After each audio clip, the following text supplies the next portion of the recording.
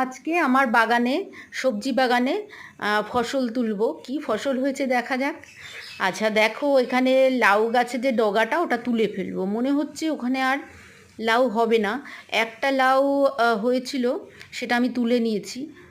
আর ওই ভিডিওটা মনে হয় তোমাদের দেখানো হয়নি। আচ্ছা, ওটা একদিন দেখাবো। তো এইটুকু দেখো, লাউয়ের যে ডগাটা তুলে নিলাম, আর একটুখানি রয়েছে। এটা বেশ ভালো, ডাল দিয়ে হয়ে যাবে, অথবা বেগুন টেগুন দিয়ে আলু দিয়েও এটা খুব ভালো লাগে খেতে। আর ওইদিকে আবার কিছু বরবটি হয়েছে দেখো, এই যে বরবটি। আর এখানে অনেক অনেক ধরেছে, কিন্তু বড় হয়েছে মাত্র কয়েকটা। এই দেখো, এখানে আবার জল হয়েছে, মানে বৃষ্টি হয়েছিল তো তো এখানে আবার জল জমেছে, জলটা আবার ঝেঁটিয়ে দিতে হবে।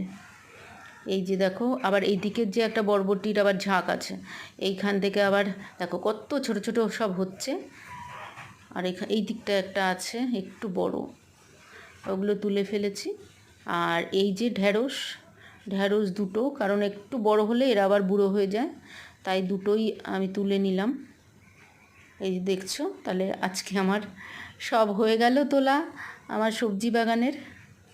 এই যে দেখো, এবার লঙ্কা, ও আচ্ছা লঙ্কা কিছু তুলতে হবে, কারণ লঙ্কাগুলো না একদম লাল হয়ে গেছে আর পেকে গেছে, তাই লঙ্কাও কিছু তুলে নিচ্ছি। দেখো প্রচুর হয়েছে লঙ্কা, এই দেখো, দেখেছো ছোট্ট ছোট্ট। আগেরবার কিন্তু বড় বড় হয়েছিল, এটা গত বছরের লঙ্কা গাছ কিন্তু। এই যে দেখো, কিছুটা সবুজ কিছুটা লাল, তো এগুলো সবই তুলে নেব, তাহলে পরবর্তী ইয়েগুলো, লঙ্কাগুলো ভালো হবে।